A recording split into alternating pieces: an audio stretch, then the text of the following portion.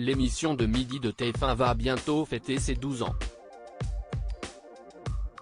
Le 2 juillet prochain, la chaîne diffusera un prime exceptionnel des 12 coups de midi pour marquer le coup. Pour cet anniversaire, TF1 et Jean-Luc Reichmann préparent de grandes surprises aux téléspectateurs comme l'animateur l'avait annoncé vendredi 13 mai dernier.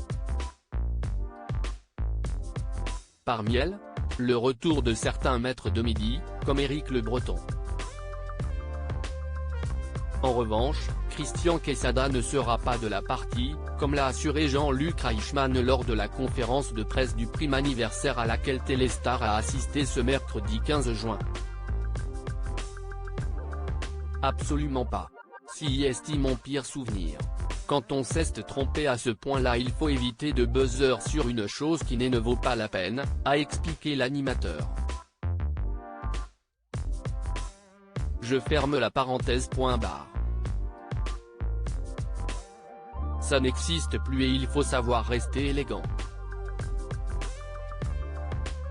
Pour rappel, l'ex-maître de midi a été condamné à 3 ans de prison en avril 2020, pour corruption de mineurs et détention d'images pédopornographiques.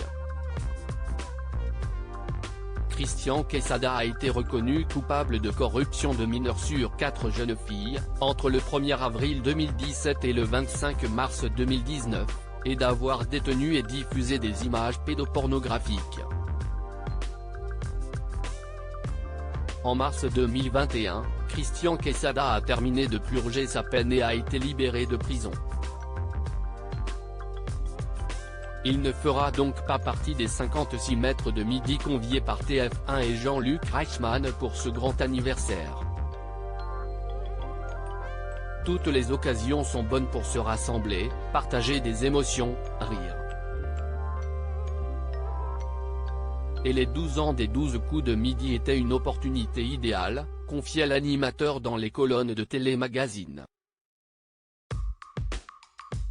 Jean-Luc Reichmann, il n'y a pas de raison de travailler sur un autre programme. Nous avons vécu tellement de choses fortes ensemble, avec les candidats, les téléspectateurs, personnalités, que nous devions d'en faire un événement, ajoutait Jean-Luc Reichmann. Pendant 2 semaines, les plus grands champions des 12 coups de midi vont s'affronter sur le plateau mais surtout célébrer le jeu du midi de TF1, qui n'est pas près de s'arrêter. Tous les curseurs sont ouverts. Il n'y a pas de raison de travailler sur un autre programme pour le midi. TF1 me fait confiance.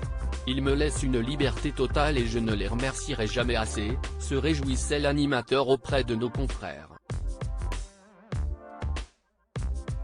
Tant que j'ai l'envie de présenter ce programme et que je me sens utile, pourquoi arrêterais-je ? La fête promet d'être belle.